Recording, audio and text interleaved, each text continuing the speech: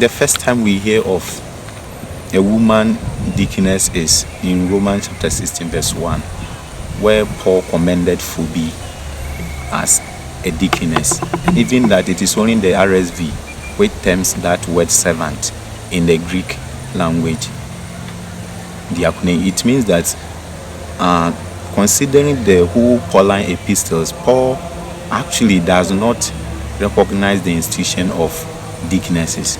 We only know of the kind of life they should live to support their husbands who are deacons. Now, from scripture point of view, Paul only in 1 Timothy chapter 3 verse 8 to 12 mentions the qualifications of a deacon, and goes ahead to talk about the life that the wives of deacons must be or must live. Interestingly, he only describes the kind of life they should live, but he does not recognize that as an institution. Now let me quickly come to the duties and obligations of a deacon. As I said, a deacon is a man ordained to the first degree of holy orders, and he has liturgical functions, he has catechetical functions, and he has leadership functions. In terms of liturgical functions, the deacon is obliged to assist the bishop in episcopal celebrations. He can also bless people and objects, though not every object or not all blessings he is allowed to do.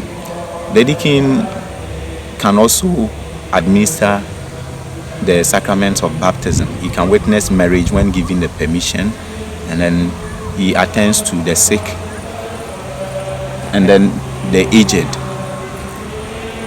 Concerning the duties of a deacon as far as catechetical instruction is concerned, in his homily he educates the faithful.